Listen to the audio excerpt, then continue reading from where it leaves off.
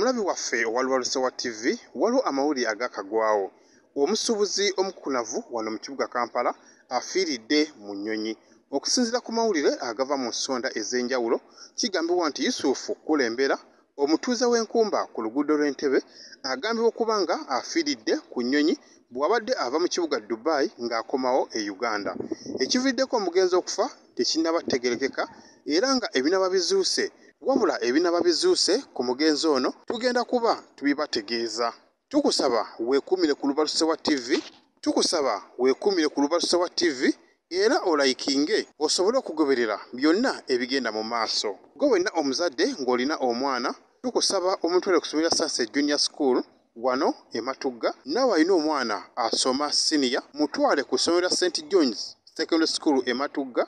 Era gwe ayagala okwewala obufere bw'ettaka, weeyunire aba Sero Properties kuba tojja kwejjusa. Bano basangibwa Matugga mu kiti ku luguudo oluva e Matugga okudda e Kasangati.